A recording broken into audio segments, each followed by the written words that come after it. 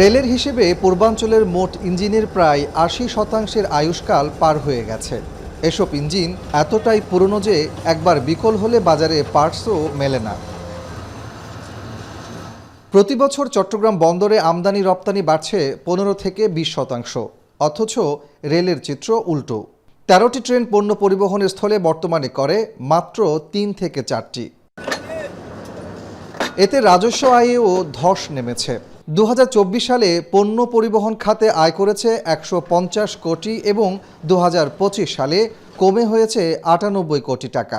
রোজার আগে দিয়ে যেহেতু আমদানিটা বেশি হয়, সেই কারণে প্রতিবারেই কিন্তু এই পোর্টে আপনার এই কন্টেনার একটু জট লাগে আর কি। হ্যাঁ, অন্যান্য সময় এটা থাকে না। সুতরাং এই কন্টেনার পরিবহন কমে যাওয়া বা আয় কমে যাওয়ার পিছনে শুধুই যে এটা ক্রাইসিস আমি বলবো না, তবে হ্যাঁ, লোকোমোটিভের ক্রাইসিসটা একটা ইস্যু। রেলওয়ে পূর্বাঞ্চলে প্রতিদিন ইঞ্জিনের চাহিদা ১১৬টি, সরবরাহ হচ্ছে ৭৫ থেকে ৭৭টি। একদিকে ৩০% ঘাটতি, অন্যদিকে পুরনো গতিহীন ইঞ্জিনে ভরসা। যারা মেরামত করেন তাদের দক্ষতাও যেহেতু নিয়োগ দীর্ঘদিন ছিল না, দক্ষতারও কিছু ঘাটতি রয়েছে। এই কারণে দেখা যাচ্ছে যে অনেক সময় প্রাপ্যতা আমাদের চাহিদা মোতাবেক থাকে না।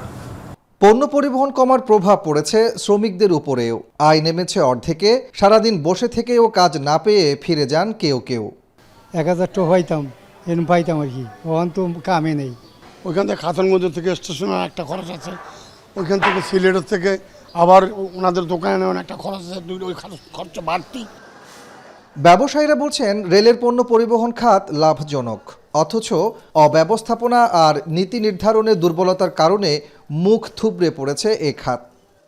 কোনো সরকারেই রেলওয়েকে আমাদের একটা লজিস্টিকের যে ইম্পর্ট্যান্ট হাব হতে পারে সে ব্যাপারে কোনো পরিকল্পনা গ্রহণ করা হয়নি। ব্যবসায়ীদের কথা বিবেচনায় নিয়ে রেলওয়েকে একটা গুরুত্বপূর্ণ লজিস্টিক পরিবহন ব্যবস্থা হিসেবে গড়তে হবে।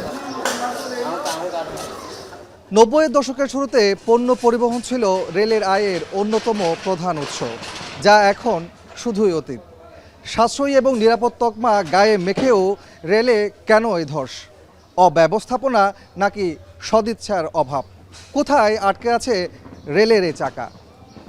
কাজী মাহফুজ, এখন, চট্টগ্রাম।